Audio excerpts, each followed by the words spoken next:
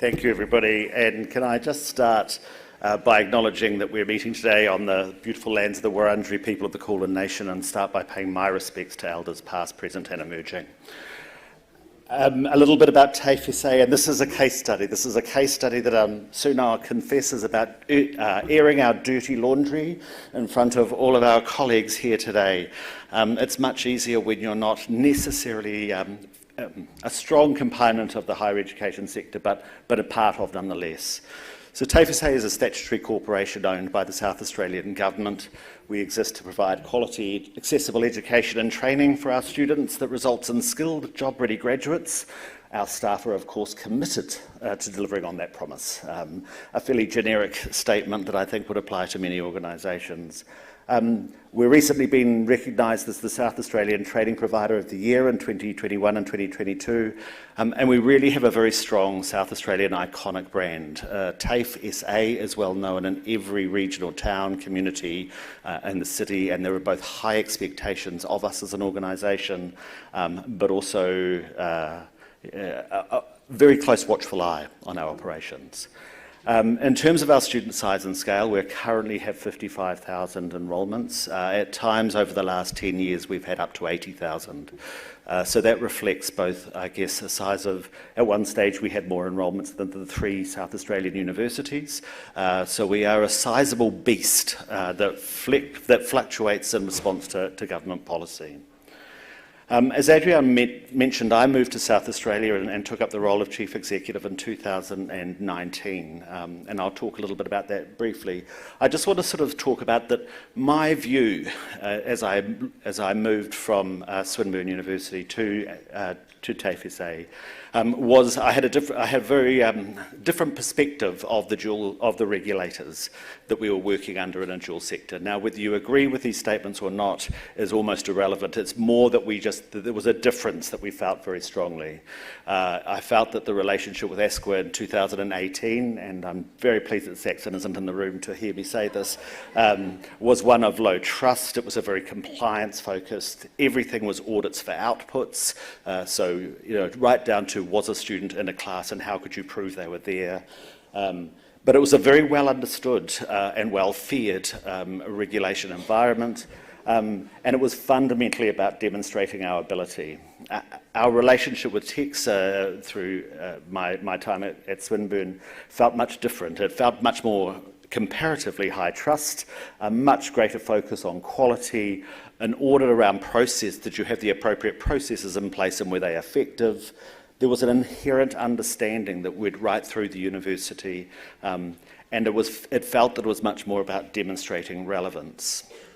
So with that sort of construct in mind, in 2017, I moved to TAFE SA in 2019. In 2017, there was a very, very, very public ESQA fail. TAFE SA essentially lost accreditation to deliver a range of its highest volume, most popular courses. It was given time to address the failings, and it failed to address those. This resulted in 2 organisational reviews, independent organisation reviews, the Nous review and the Moran review, which ultimately resulted in the board of TAFE SA, or the council, being dismissed, the executive being dismissed. We spent an awful lot of time on the front page of both local and national papers, and essentially we lost all trust from industry, all trust from government, and all trust from staff. And for some reason, that sounded like an exciting challenge. So I packed up my 2 dogs, threw them in the back of the car, and we drove to South Australia.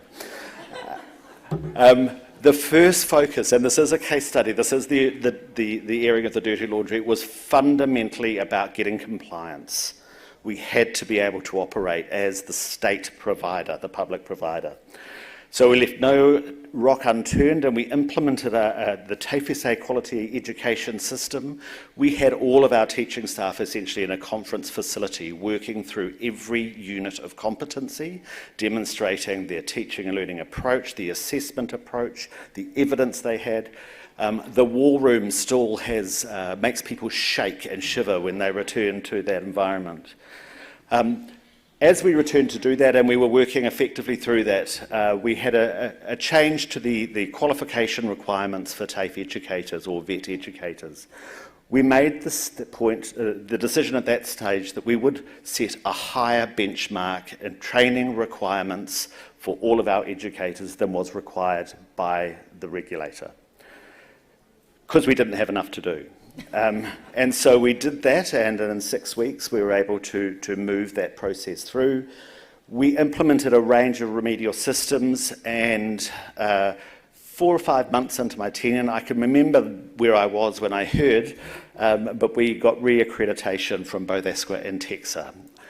I remember because I was on a plane, or about to board a plane in Waiala to fly back to Adelaide, having been up there to sort of be whipped and beaten by the staff over the history of the organisation. My very, very dear colleague who has driven much of the quality work, Margie Fixter, rang me. I boarded the plane, I turned off my phone and I wept for the whole way home. And then I had a large glass or two of wine, and then I bought new shoes. I'm just in a sharing mode. So having returned to compliance, or our return to compliance, was fundamentally very discomforting for the organisation. There was this unprecedented level of change, both in sort of the bodies that governed us and managed us, but we had a new strategic plan. A new policy position was created. It was called A Fresh Start for TAFE SA, and it fundamentally gave us 3 years to get it right, or we were gone. Wish I'd read that before I'd taken the job. Anyway, we had a new board, we had a new executive, and we had a new government and a new minister. In fact, we had 2 ministers, a purchasing minister and an owning minister, and the 2 of them had different views necessarily on our role in terms of our contribution. So having achieved compliance, we had that great challenge of the burning platform that we had gone. We needed to develop a quality system that moved us from a compliance-driven fear to embedding quality in our organisation. It also had to take account of both of our regulatory frameworks that we were working to, our ASQA framework and our TEXA framework. What I wanted the conversation to be about teaching and learning. When you walked into the cafeteria or into a staff area, I wanted people to be talking about teaching and learning, not about class numbers, class sizes, financial performance, and other factors that are all incredibly important. But if we weren't talking about teaching and learning, we weren't delivering what we wanted to do. So we needed to have an organisation-wide language and narrative shift with the focus on teaching and learning rather than leadership and student volumes. And we created a framework that talked about we would move from compliance to quality to innovation. And so the guy that asked about innovation before was a lovely segue. What we talked about is that within each program there would be an individual journey of how we move from compliance to quality to innovation, and that a framework would guide us through that. Compliance was the baseline, however. There was no negotiation on those compliance requirements, and we would use this as an opportunity to move our organisation forward. We committed to that increasing in teaching credentials. We'd made it a requirement. We now had to find a way to actually make sure that the teaching skills that our staff had, rather than the credentials, were actually delivering the outcomes. So we implemented in the very first instance a teaching and learning strategy. It was the first internal strategy of the new organisation. It sat above a digital strategy, a facilities strategy. It sat above all other strategies that we subsequently have implemented. We developed a quality framework, and we developed what we called as our self-assurance or satellite system. And I need to acknowledge, because I can see Grant's in the room, the satellite system was very much based on the New Zealand self-assurance model. You might hear from the accent occasionally that I might have spent some time, like about 45 years there.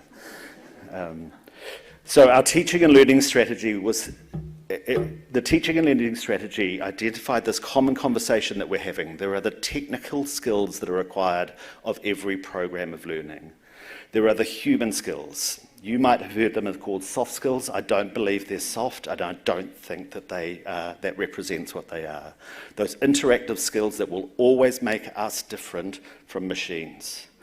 and then also the digital skills. We talked about bringing the three strands together in every program because the strength of the weave is stronger than the individuals. We had that focus on quality to innovation in teaching and learning, so moving from compliance to quality to innovation, and we articulated what that meant. What we were trying to do is to make sure that as an organisation we remained contemporary and that we were valued. And basically what we were really wanting is for students to have those real-world outcomes that meant that they were highly sought after in the world and really in a changing digital world. So this was our quality framework that we launched in 2020.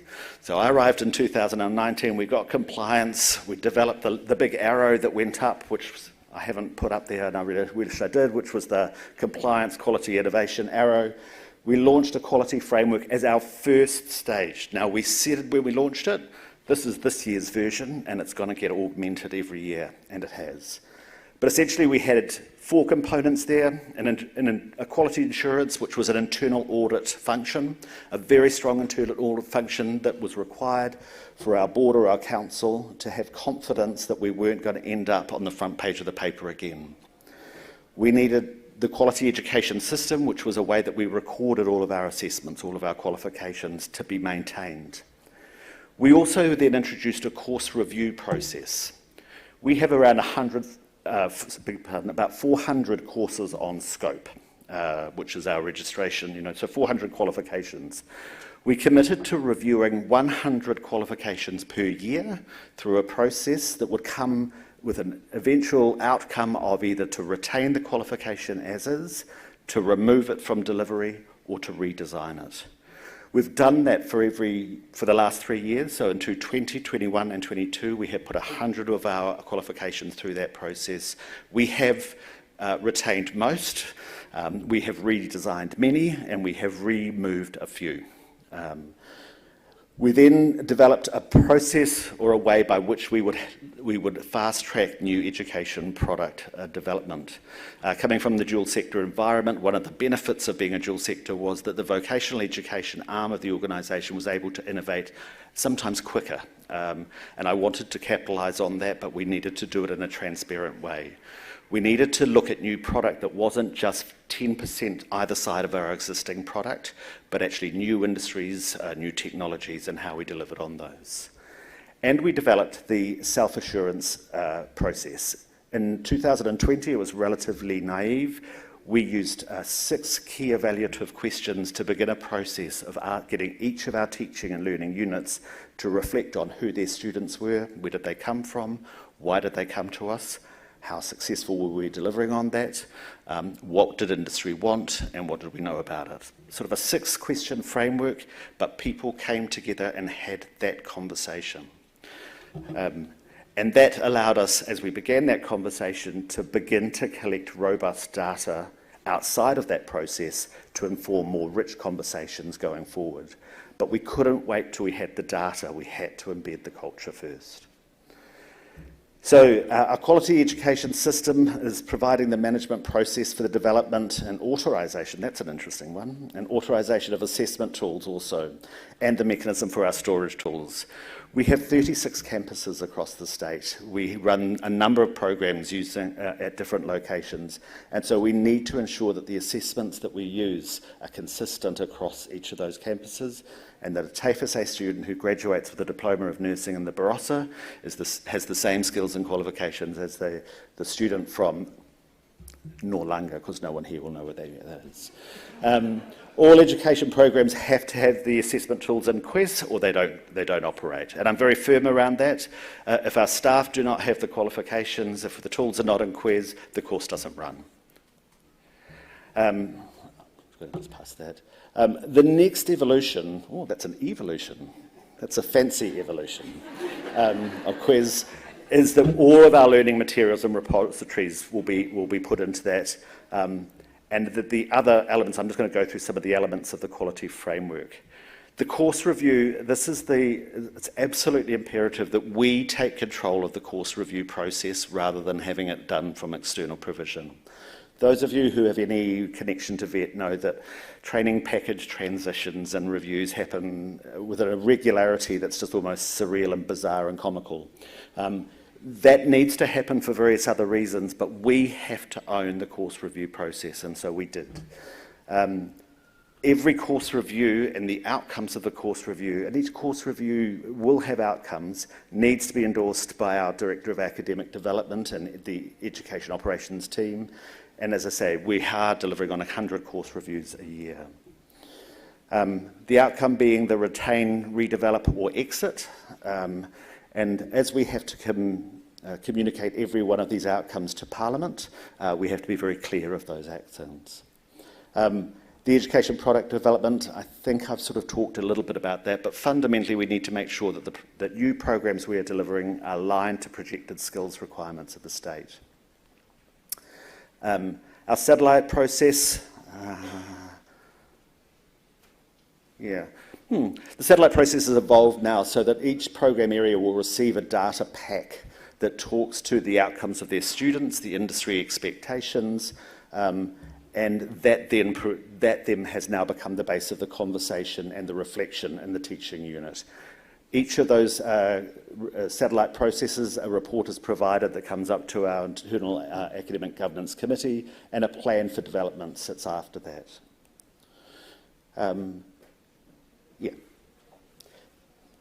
The other thing we did at the same time, and this is sort of the evolution of our quality management framework, was we had to develop a capability framework for our staff. It's all very well that we talk about what's working with our programs, but we needed to be really transparent about what we expected from staff at each level of their development. And so this quality framework that we developed, it's based on the EBSA VET Practitioner Capability Framework, so it's very publicly available. We took it, we tested it against our own organisation and then implemented it. It's provided a framework. We've put a real focus currently on building digital technology capability, and I haven't mentioned the 5-letter C word, and that impact on our organisation, but the ability to implement digital capabilities into every program was an objective we had set before COVID.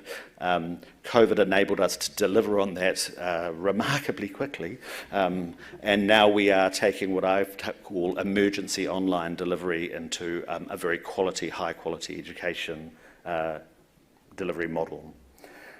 Our future focus, so our current, having added, if you go back to that initial circle that existed, we added the education capability framework around that.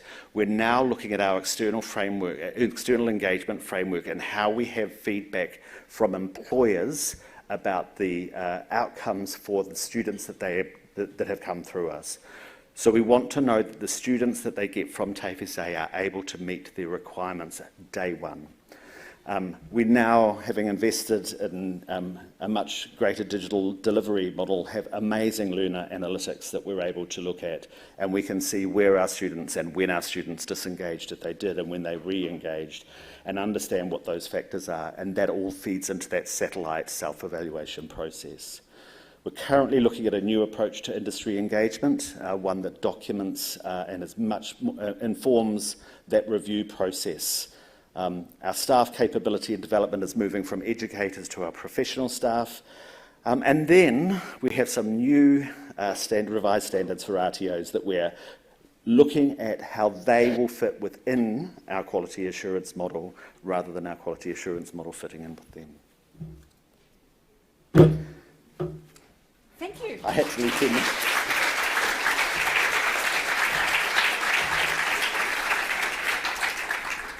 So that was a warts and all conversation. Here he is, 10 minutes. Ask all the hard questions. The questions you're too afraid to ask somebody else. Yes. Yes. Thank you for that. I'm interested in how you use your mechanisms for academic governance, because as you're probably aware, the system is different in terms of how higher education engages with that, but the requirement for academic governance in a VET setting is still important, but it seems to take a different focus. and I'd be interested to know how you use that. Yeah, I guess when we first started, we had a crisis model. And so a subcommittee of our council or our board was established, an academic quality committee. And they met, someone asked about regulatory, they met monthly and really provided an external governance lens on the quality processes that we were implementing through the teaching and learning strategy, through the quality management framework, et cetera, et cetera. We had a separate higher education academic board, which was had members from each of the partner universities in Adelaide. And so that was providing, I guess, some assurance as a non-university higher education provider that our standards were equivalent to others. When I came, I had some real concerns, not validated in anything, but I just wasn't confident. So we had a review as part of our text for accreditation from the lovely Hilary Winchester, who's sitting down here. We also subsequently engaged the former provost of Charles Darwin University to do assessment of our the scholarly activity that was happening within TAFE SA to give me comfort and confidence that our work was research informed. We created an internal academic board, and we have linked the reporting of both the higher education academic board and the VET programs, and using the same processes, so the same satellite process, the same review process, all reporting into that. If you like, our council or board academic quality committee now meets 6 monthly because they have confidence that the processes are now being internally managed by the organisation. Does that? Yeah. Again, an evolution. Yeah. Would you please reflect, sorry, I'm interested to know as a leader, would you reflect, please, on the skills that you have used to bring staff and management along the journey of change within the organisation? What was, sorry, As a leader. just shout it out to me. Yeah, the question that I have is, as a leader, Yeah. what are the critical skills that you have used to take the staff and management along the journey of change within your organisation? Okay, so if I just check that you want to know what I think they have the critical skills as a leader to take the organisation on the journey. Yeah, what did you use? What did you do as a leader? What did I do as a leader? Oh, look, I mean, our issues were beyond more than just quality. We also had a $50 million funding deficit each year that we'd had for over 10 years. So I had to sort that out, as you do. I had to get confidence of industry, confidence of government, and confidence of our staff. I think one of the symbolic things I did that probably represents what I've tried to do over the 3 years, I have a TAFE buildings in South Australia are all red brick. They're all built in a certain era where they look inwards because that was obviously the architectural style of the day. I have an office that has this beautiful arched window that looks out onto a corridor. The day that... glamorous corridor it is. The day I moved in, there were blinds all over it, you know, what do we call them? Venetians. Venetian, that's out of very New Zealand, not Venetian. A Venetian blind. I pulled the blinds up and I took them off the wall. And so from day one I sat in that office and every single person that works past can see me at all times. So what was I trying to say in that? That I'm going to be present, that I'm here, I'm being transparent. If I'm here and you want to ask me a question, knock on the window, and people do. And then it was about fronting up. We have 36 campuses. I visited every campus within the first 6 months. I told staff how wildly excited I was to be there. I am. And then it was about clarifying that vision. So our first strategic plan and the subsequent strategies that were then developed within the organisation, we went. So I think it's about being authentic, being upfront, having a vision of where you want to go, and you cannot communicate too much. I never thought I could be that interesting, to be quite honest. The amount we had to communicate, but there we go. There's a question up the back, wasn't there? No?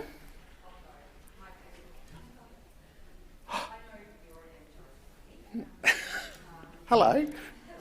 I've only just seen through the lights who that is. Yeah. Yeah.